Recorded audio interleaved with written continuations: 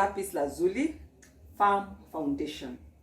We always are so grateful that you can be able to join us, watch our channel, subscribe, and share our videos. We're grateful as we say firm foundation because we always say that Jesus is our firm foundation. Because many times we go through many things, and sometimes when we feel like we are reaching our wits' end and we don't know what to do, but that's when Jesus is able to carry us and is able to strengthen us. And so today we're going to talk about a topic that is very important because many times we face it, and when we go through painful times or hurtful times in our lives, many times we don't know what to do. But I want us to talk about how to go through grief with Christ, how to go through grief and be able to overcome. But let me start by asking you a question that sometimes I've asked myself, and many times I've not gotten an answer. Have you ever asked yourself, why do bad things happen to good people? And there are many times that bad things happen. I think of many people, even in the Bible, like Job. He was a good person, but bad things happened to him. And people came and they were trying to ask themselves many questions, but God was there, and He told them that all things happen for His glory. And for us as human beings, what we want to be able to do is to find what is God's purpose. And knowing God's purpose is knowing our eternity, is understanding our eternity through the things that happen to us. And so I don't know where you are at today. Today on the table, on the lapis table, I have a very special guest who's going to share many things about her life. And she's one person I look at and I'm always just so convicted because of the way she's gone through many things, but she's kept standing firm, trusting in God. And she keeps saying, no matter what I go through, I'll keep trusting God. And so I welcome you to listen to her. I don't want to say many things. I just know that she's a wonderful lady, beautiful lady, and she's just an amazing, amazing lady. And so let me turn to her and ask her to introduce herself. Tell us who she is. Tell us what she does, her purpose, her what she just values, and then we can be able to get in with the interview. My name is Linda Tieno. I am a mother to 2 children. I am a wife, and I'm passionate. My work, what I do, is giving back to the society. Yes, so I find it thrilling my heart when I do that kind of work, giving back to the community. Wow. Yes. Giving back to the community. I love that. So you and I've seen you really work with the community, and there is nothing as fulfilling as just giving back, to the community, because our community has so much need. But I know, Linda, you're one of those people who've also really gone through so much in your life. True. Now, before we go to what you've gone through, maybe you can just let us know, how was it growing up? Maybe like, did the challenges start from the beginning? How was it? Growing up was fun. We had a beautiful family. We were 7 siblings. I am from a family of 7 siblings, actually.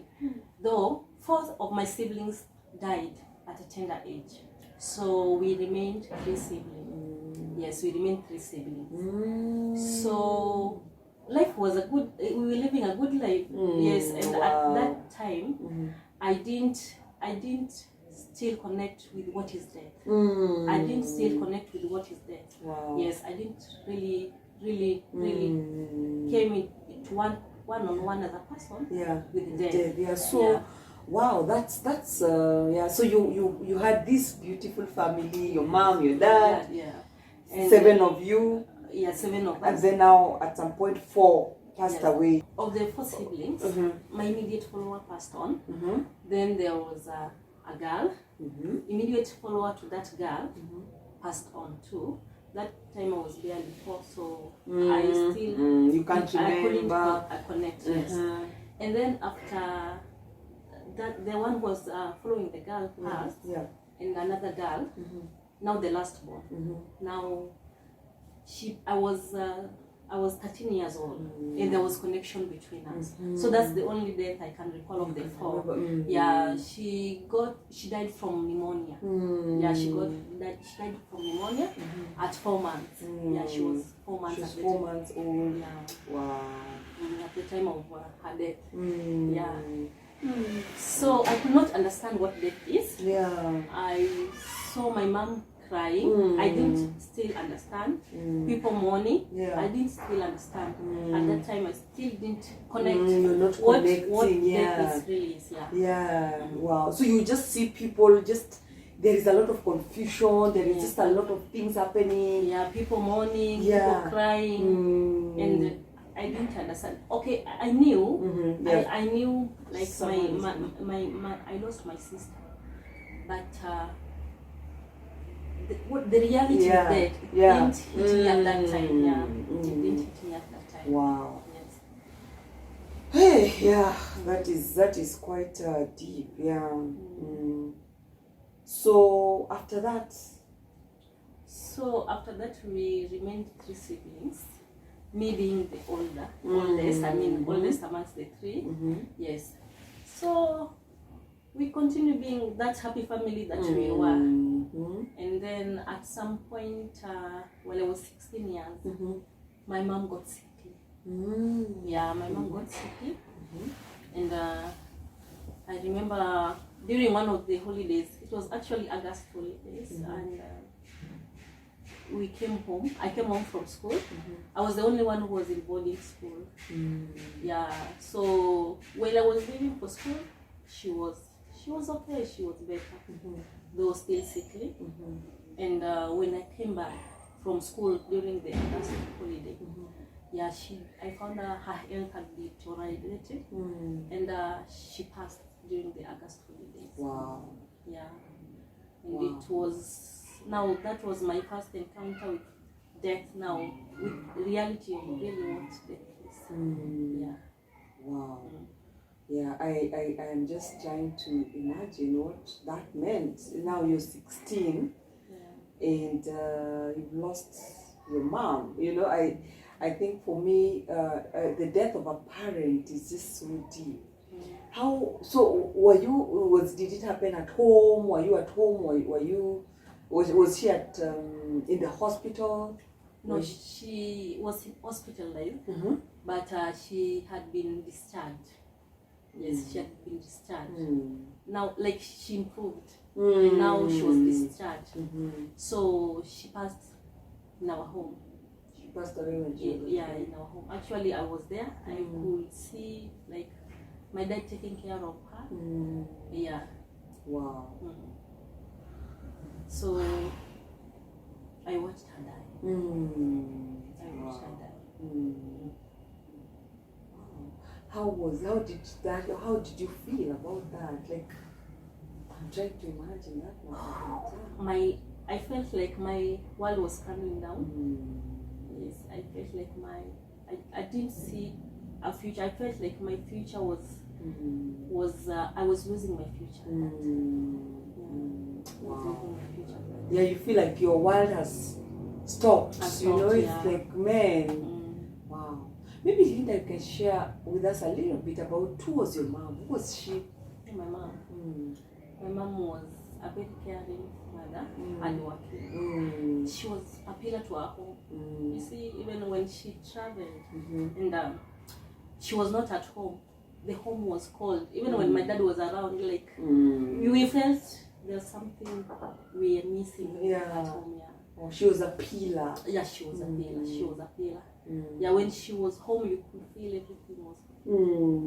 But then, you know, when a mother is there, there is just a certain warmth, you know. Wow. So her death really hit me hard.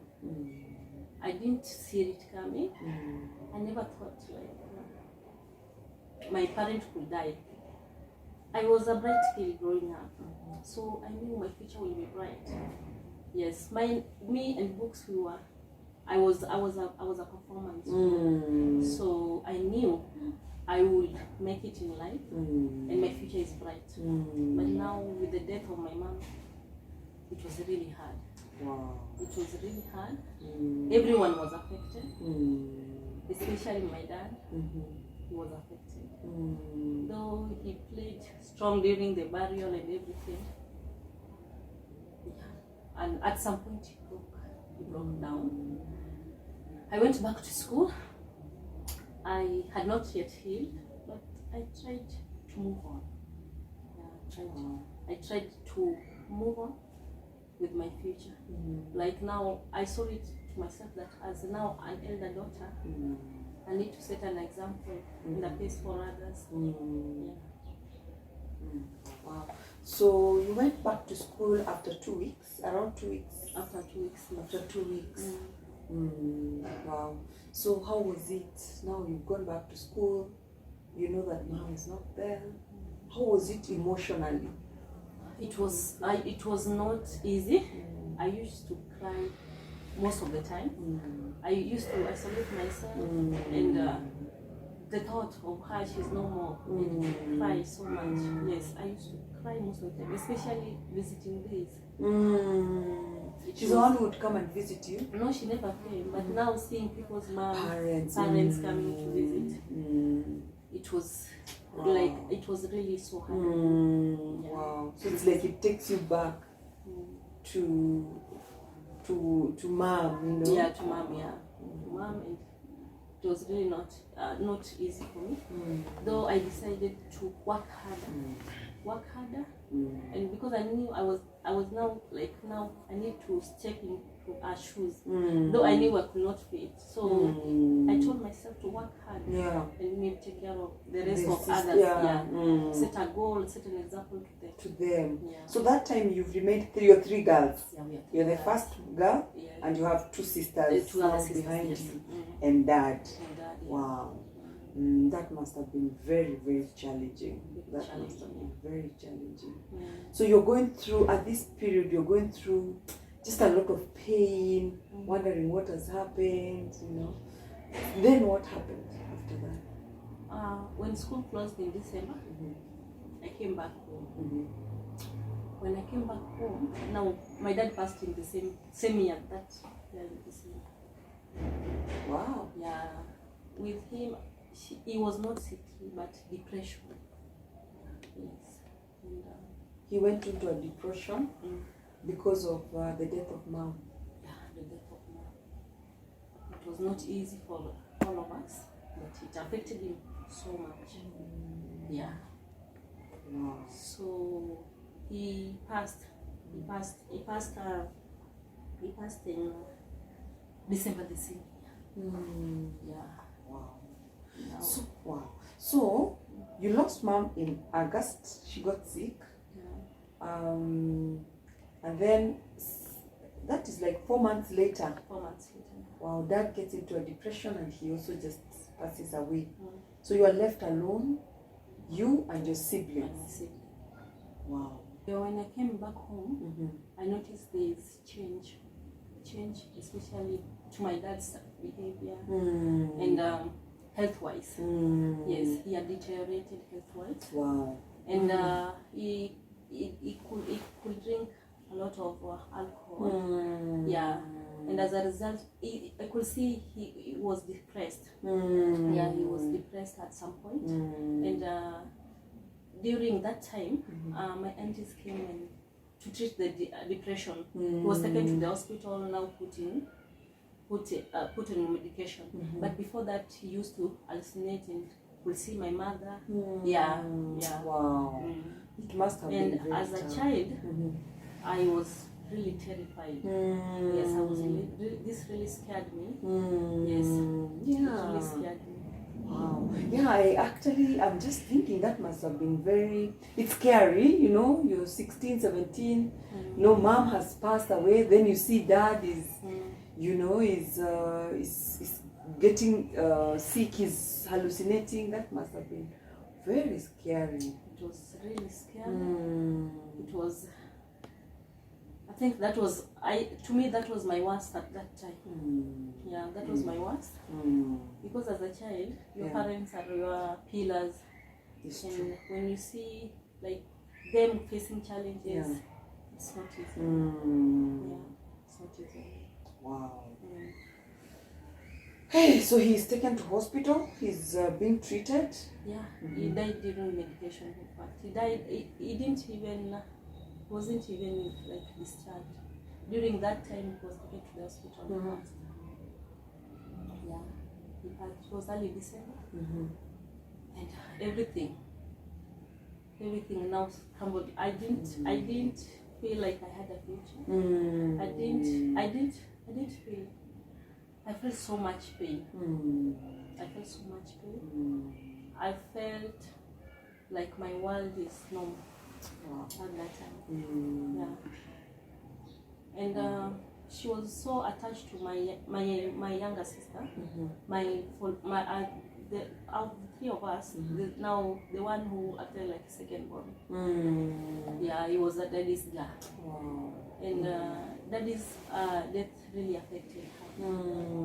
Yeah, and that was the year she was going to do her class 8 exams. Yeah, so she performed, yes, but she didn't perform as per the standards of my school. So I talked to to the principal about it. You know, I was a bright girl, so principal was my friend about it, and yes, she passed, but she didn't make it to that grade of the school where I went. You were in a national school? Yes, I was in a national school. Yes, so she was allowed to join me. We were even sleeping in the same dormitory. Oh, wow. Yeah, so we started another journey altogether. Now, my auntie took us in. Yeah, so from Kisumu, I moved to Nairobi. So that was the time that now you came to Nairobi. Yeah, we came to as a family. The three of you now. The three of us. And now life was starting at that time. Living without parents, it was not easy. Yeah, it was not easy. It was not easy. I can only imagine. Wow. Okay, so you've joined, you've come to Nairobi. Now you're just the three of you. Yeah, the three of us. How is the journey now? It was not easy. But my aunt and their family really welcomed us. Really welcomed us into their family. And now I made it in my heart that I'm going to school, I will work hard and change the life of my other siblings. Yeah, so when my sister joined me in school, I really felt happy. Because I knew she was really happy with that school. Yeah, so I wanted her close to me, so we can encourage each other. But as a matter of fact, I was the weakest. She was stronger. She was stronger than me. Wow. Most of the time when I could cry, she's the one who used to encourage me. Yeah. So she's in Form 1, you're in Form 3? Form 2. Oh, Form 2. Yeah, we are following each other. I'm in Form 2. Yes, she used to encourage me. Don't worry, God loves us. You see, and I mean, during the visiting days, that's when that loneliness, that pain was being triggered. And so there was a corner for us in the school where she knew where she could find me. I also knew where I could find her. So that was our moment of consoling each other. And she was so strong, really strong for me. And with that, I saw it, a need for me to be stronger because I'm the elder one. Yes. So during school days, we went fine. Term 1, we did fine. So coming back in May, second term, at the start of the second term, she was never sickly. She just told me one night when we met in the dormitory that she went to the reading room, to the library. We had a library downstairs and the reading room was upstairs. So you take a book, you pick a book, you go to the reading room upstairs. She couldn't make it upstairs because of the headache, and I was wondering, really, what type of a headache is this? Yeah, really, what type of a headache is it? So I told her tomorrow morning, we'll go to the sick bay, you'll get treated. So in the morning came, I went and served the porridge, I went to supervise. I was a prefect, so I supervised my area of work. And now the classmate came to me and told me, Jackie is vomiting. And so I had to go and check on her. So on reaching, I had to wait for her to be through. And now I held her hand. I told her, let's go to the sick bay. And she collapsed. What? I cried and I was wondering, what type of a headache is this? Yes. Wow. So she was treated. In the sick bay, you get treated. There were no like tests. You just prescribe. You just tell, like, you say what you're feeling, and they give you a prescription.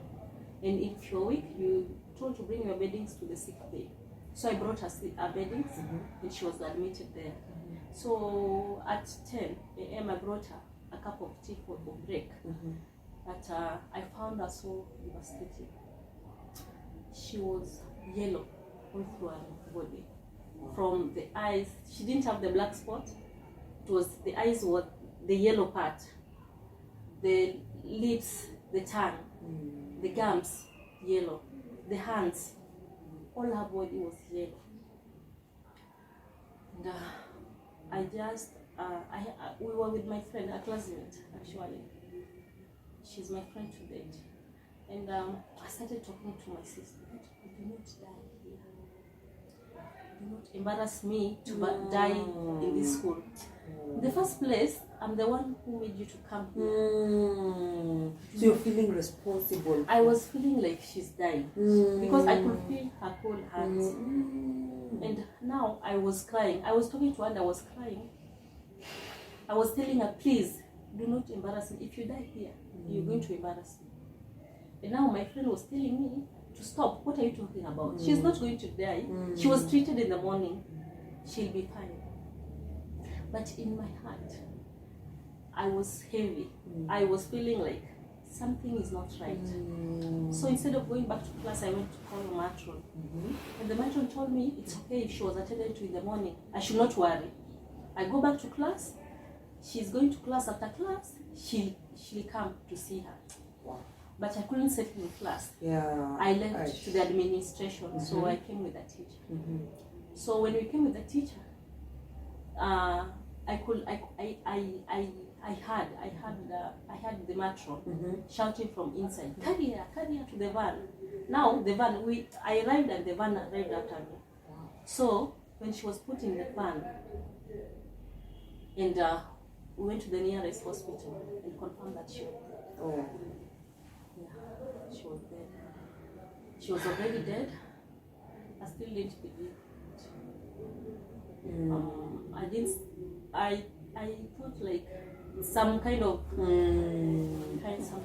dream. And now I was told to go back home. They called and told them what happened, and I was told to go back home. Alone. I got lost. I didn't know where I used to pass every time we go to school. I'm the one who was responsible. Yeah. I knew the route from town. I could connect to the home. So that time I felt so lost. I remember I traveled overnight. I arrived 6 in the morning. Could not trace my way to the house. I was just making turns. I could not see the route that I normally use here. I was so confused. I didn't have a phone, and I couldn't trace my auntie because I didn't have her contact open. So after quite trying, at some point I was devastated. I went and sat at the bus station, trying to recollect which route do we normally use. Yes. And finally, I got the right route. I went home. I arrived at 1 p.m. from 6 in the morning. So you arrived that morning? Yes. You were reaching home at 1? At 1. I got so lost. And when my sister died, I didn't cry. I didn't like cry at that moment. Yeah. At that point until I came back home, I didn't cry. So when I got home, I found a psychiatrist. And now she started to counsel me. And I was still playing strong. I didn't want to cry. And she was like, you can cry. Yeah. You can cry. It's okay to cry. So I cried and I felt, I cried until my whole body shook. Yes, I cried. I felt I was letting out something. There was from something in my heart. Wow. And now I hadn't healed for my mom, Yeah. my dad. I hadn't healed for my dad, my sister. Now I felt it was so much, so much for me to handle. And I didn't know. I thought many thoughts came to me. Especially, I didn't want to live anymore. I didn't want to take it anymore. Yes, I didn't see why me. Yeah. You know the questions, why me? Why me? Or is it what I tried to recollect myself? What did I do for this to happen? Is it because I tried to work hard? Somebody dies. I tried to work hard. Okay, so should I work hard in school? You know, and it really affected me so much. So the burial took place. We took her to Homa Bay Homa Bay Hospital, and now the burial. We started to plan the burial, and now we took the body now too. When at Nairobi, now the burial plans had started to be planned, and we went to Homa Bay to take the body, and now we went and buried. Now that was in May 2023, May 2023. Yeah, May 2023. That is like 2 years after Dad had passed away. No, it's not even 2 years. Mom died 2022 August. Dad December. May the following year, my sister. Oh, so it was like within a year. Within a year. I was so devastated. I didn't even want to go back to school. I felt like I'm so done with this life. I'm so done with this life. You just feel like the world has come to an end. Yeah, I was so hopeless. Yeah, I was really so hopeless. Really so hopeless at that time. That's so unfortunate. It's so unfortunate. So I later went back to school. But now trying to recollect everything, it's really No, you went back to the same school. Yeah, the same school. I finished in the same school. So my sister passed while I was in Form 2. Yeah. So in Form 2, I went back and continued, but I was still hurting. I felt I was betrayed. I felt forsaken for some reason. I felt alone. Yeah, I felt this is just too much for a person to bear. Yeah. And I thank God. Yeah, I managed to finish school. And at some point I started to live with my younger sister. Now the two of us against the world. I thought the person. So now all the family is no more. Just the two Just of us. the two of you. Just the two of us.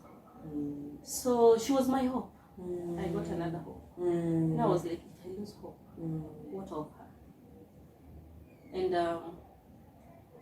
having her with me really gave me some strength to work hard. I can say ours was kind of a child-headed household because I was the one taking care of her. And it was not easy. Many a times we slept tired. And I recall, she used to encourage me. She used to tell me, no one, God will see us through. His father of the fatherless, he has our back. It was not really easy. But I thank God. I struggled with her, and she was now going to do her form, and I was so grateful. I didn't know what was ahead. I didn't really know. We were so close. And I think I became a mother before I became one. Yeah, she taught me to be responsible.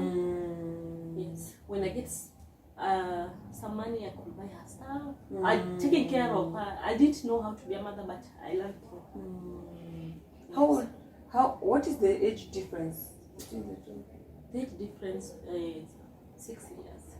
Yeah, 6 years. 6 years. Yeah. So, but she had repeated school quite a number of times. So she became part of my family. Yeah, she became part of my family. And I saw that God had been faithful to us. God has brought us this far. Yes, not knowing what the future held. One day I was at work. I received a call that my house is burning and the children are inside. For some reason, I was just praying for strength so that I can be able to go back. Now, I found it challenging to order a mat back home because every mat was coming here. And where I was that stage, I remember in Tindwa stage. Now I was trying to connect from Tindwa to Kona, the chief's place, so that I can be able to get now a mat direct. And now I did not cry. I had not cried since I received it. And now talking to my mother, sister to my mom over the phone, and she was encouraging me, don't worry, just rush home. And I just broke down. I cried. On the road, I slept with my tummy. People thought I was mad. I was just praying to God, let everything burn. But nobody should lose their lives. And I was just praying for God for strength to enable me to reach home. It was not anyone I called to go and check the situation. They could break down on the phone. So I didn't have the strength even to reach there. Or should I take a different direction? I go and I don't come back. I had so many thoughts in my mind. So I came home. People were so many. I lived in the 4th floor. People were so many on the stairs. On the stairs, and you could hear them saying, she's coming, she's coming, she's coming. Now you are the one who people are saying. Yes. Now when I go up, they sing pole, and I'm like, God, hold me. I don't want to lose my strength. When I reach the house, you couldn't imagine that somebody was from that house alive. Even the tiles got burned until it got broken. The tiles, leave alone the paintings on the wall. It was so bad. My friends and Lorraine came and took her to the hospital. So I decided to go to the hospital. Now imagining for the worst, when I saw the situation of the house. When I went, she was still alive. She was still encouraging me. She was telling me, don't worry, I'm okay, I'll be okay. She didn't get that bad. It's just the hands. Because now the ceiling board, not really the ceiling board. This, how do you call this? It's actually the ceiling. The ceiling board, the plastic one. Yeah, the plastic ceiling board. Now they came down with fire. So if it lands on the bed, if it lands where it starts to burn. So she was trying to protect herself with the finger. So the finger and the back got burned. So when I arrived at the hospital, the first place I checked is her tummy, because I was told when somebody gets burned in the tummy, it's hard. It takes time to heal. So when I saw this, I told her, you'll be okay. But now, she had even lost her voice in the process because of the smoke. Inhaling the smoke. It had affected her lungs, It had affected her lungs. So we started the journey now, her being admitted, and that's another chapter. Now we're starting life. We're starting it now to zero because we lost so much in the fire. Yes. But at that time, even though we lost so much in fire, I was still grateful. Nobody died. Nobody lost a life in the fire. So to me, I was like, God, thank you. You heard my prayer. Thank you. So we started the journey of recovering with my sister. All the books got burnt. And she's in Form 4. And she's in Form 4. So I stayed with her 2 weeks. She recovered. The heels were the wounds had healed. The sound had started to come back. The lungs now, because the scan said the lungs are good and in good shape. Yeah. It's only the smoke that affected the lungs. So I knew she'd come through. And I saw that now she's healed. She's healed. I bought other books, uniform, and called the school, told them I'll be bringing her in the morning, and I'll leave a friend. We used to stay near a neighbor, was her classmate. So I could leave them there so that they can be coming home together. So the previous night, I don't know, but I used to read the Bible and pray. And that night, while I was reading the Bible, she would stare at me. And I would ask her, do you need anything? Do you need water? She's like, she could just shake the head. But I could feel her eyes looking at me. So I didn't really know what was going on that night. And to me, I was trying to pray. You see, at that time, even I'm trying to pray, but I'm feeling like there's no breakthrough. And the story of death hasn't even clicked my mind, because I know she's okay. She's okay. She's healed. Yeah, she's healed. Yeah. She's going back to school, in fact, tomorrow. So in the morning, I wake up to prepare her. I bake her, prepared porridge for her. And I was, after bathing her, now I put on her uniform. And as the Uji was already ready, but now I put it in somewhere to cool down. Yeah. During that time, she collapsed. And I called my husband. My baby was like, she can't die. She was healed. She's been getting better. She can't die. So I tell her, please go and get me boda. And then comes to the boda man, and then I tell my man, no, get me a taxi. Go and look for a taxi. So we get a taxi, rush her to the hospital. And in the hospital I could see nurses calling each other for the heartbeat. And during that time, I said, I'm not waiting for this. I started going out. I asked at the reception, I told them we don't have cash, I have money in my bed. So I'm going to look for M-Pesa, where to withdraw. But I wanted to walk and never come back. So I recall my husband coming for me, come back. I'm going to look for M-Pesa, because it was very early in the morning. It had not even been 8. So most M-Pesa are closed. So I say I'll continue walking and walking. And now here's my husband calling me, come back. That in my heart, I don't want to go back. I'm like, no, let me keep walking. I may get an M-Pesa. And he said, no need, come back. And I just knew what had happened. But I didn't want to believe. So he tells me, she's no more, and now you need to take her to the mortuary.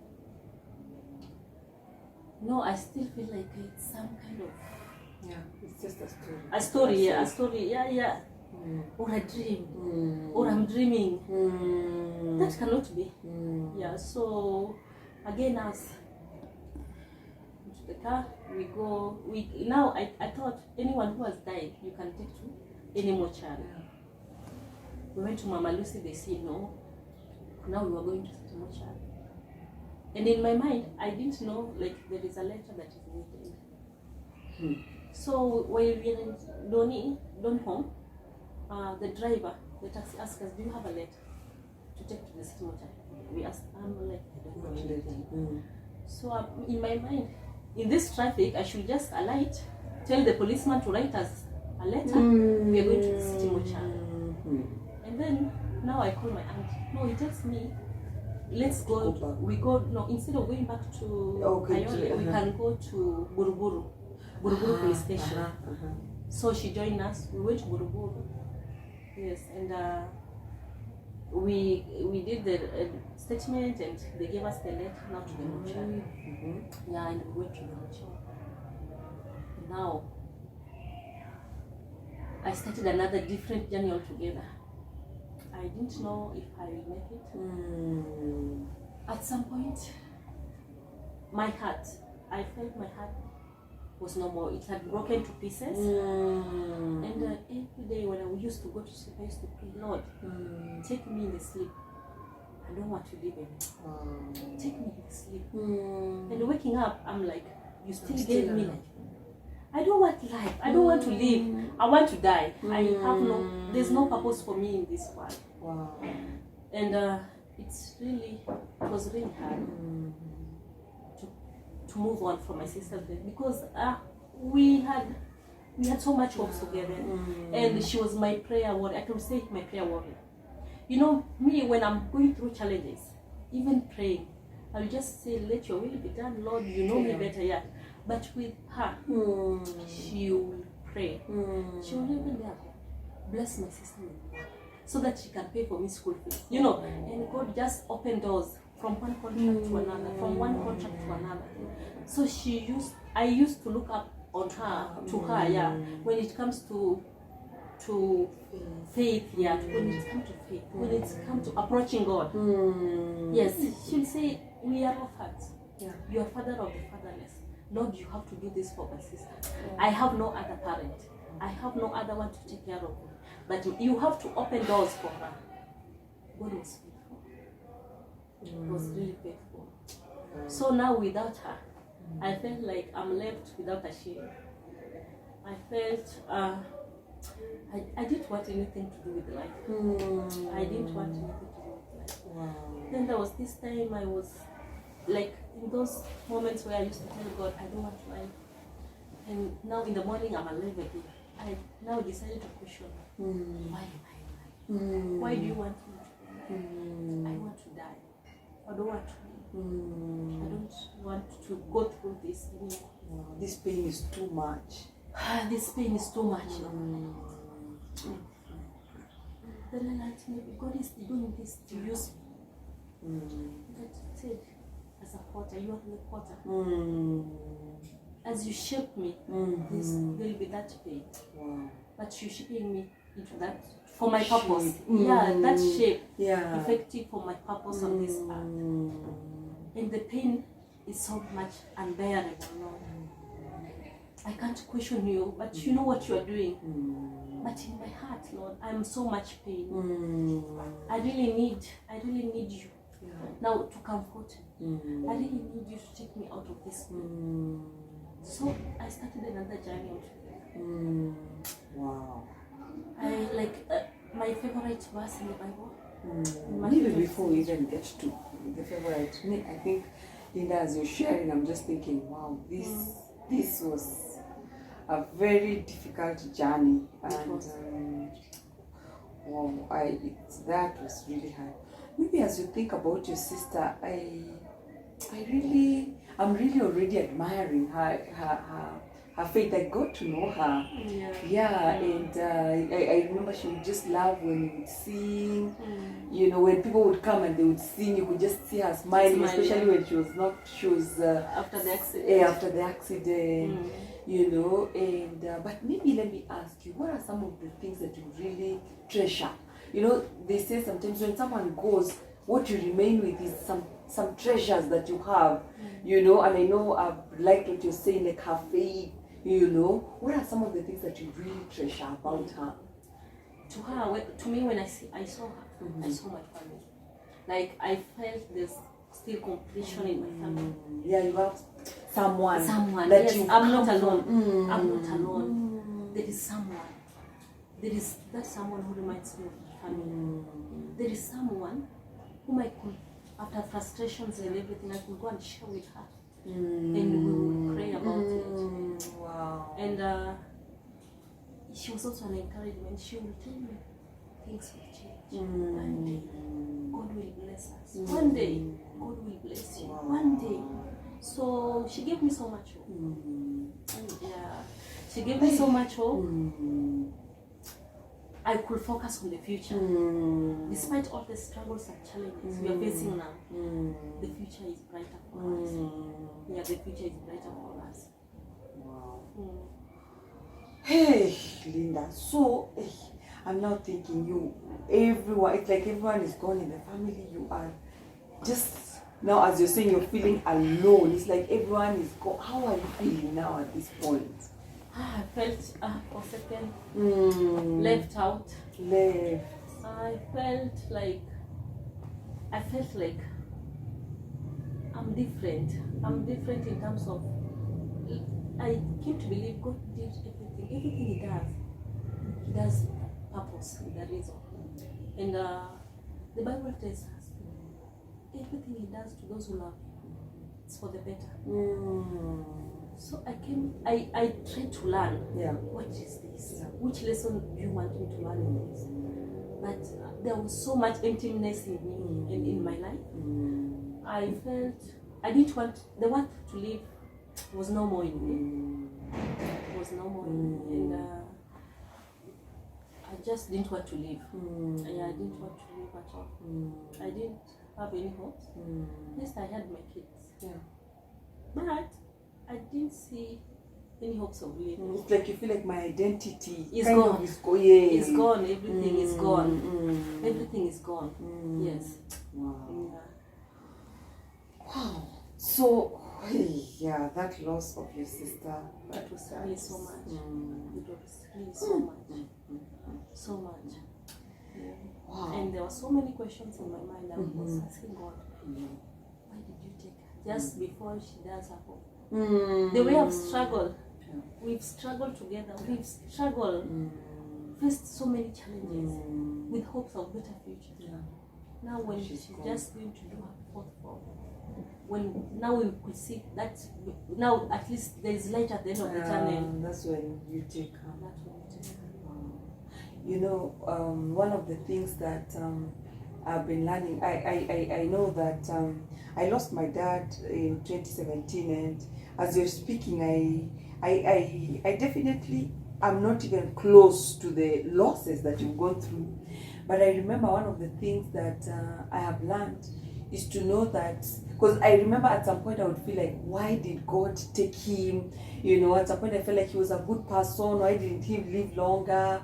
I would really ask myself so many questions. But I think as time has gone by, I've kept seeing that whatever happened, it was between God and him.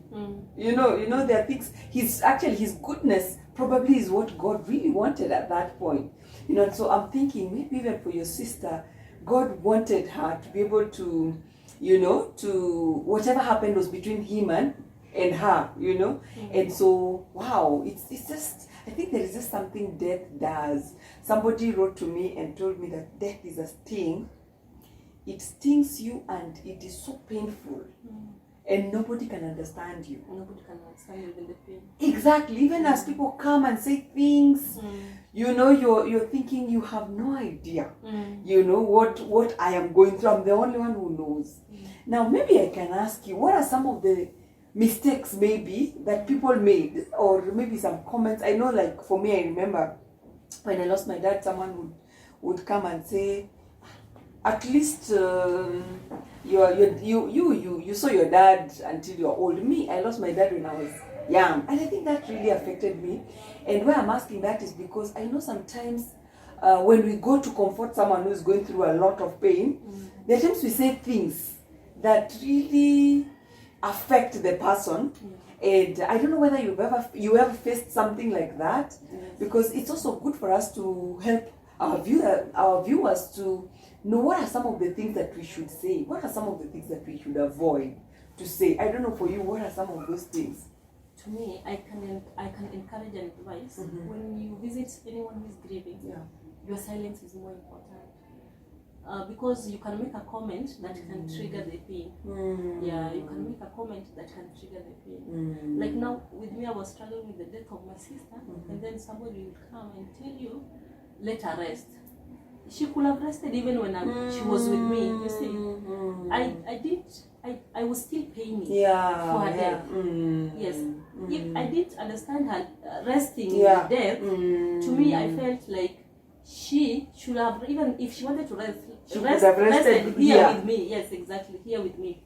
Yes, and there's those people who tend to like let her go, free her, you know, and you still struggle. That time you're in pain. You're still connected. You're still connected, yes. You're wondering how are you going to start free her. Yes. And other people will tell you like, don't mourn for too long, or you are mourning for too long. Yeah, you're taking too long. You're wondering. Because mourning is a journey. There are those days you're so strong, you can share, you can encourage others, and there are those days you don't have even the strength to wake up. It's so true. You don't even have the strength to face the world. Yes. I actually, that point of saying that mourning is a journey is very important, because there are times maybe even as ourselves, we are not patient with ourselves to mourn. We just feel like, man, I just need to move. I need to move, you know, and that does not solve. It's okay to be patient. You know, actually some people say that mourning is like waves, you know. It comes, sometimes you just find the wave is so much, you know. There are times you wake up in the morning and you feel like the world is coming to an end, you cry. There are days you wake up and you're fine, you feel like, oh, yeah, I think I'm well. Tomorrow again, you know, so it's a wave. And it's important to be able to be patient, but also I really like what you're saying, just allowing yourself, you know, to be, you know, at every point, and to go through it. Maybe, let me ask you, you know, at some point you said that when the cancer came, I think it's when you lost your... And I told you that it's okay to cry. Maybe you can tell me, why are people supposed to cry? Because I've gone to burials and sometimes you hear people saying, stop crying, you know, why are you guys crying? Is it okay to cry? What, like, maybe you can... To me, from my experience, crying really helped, because I had so much locked emotion inside.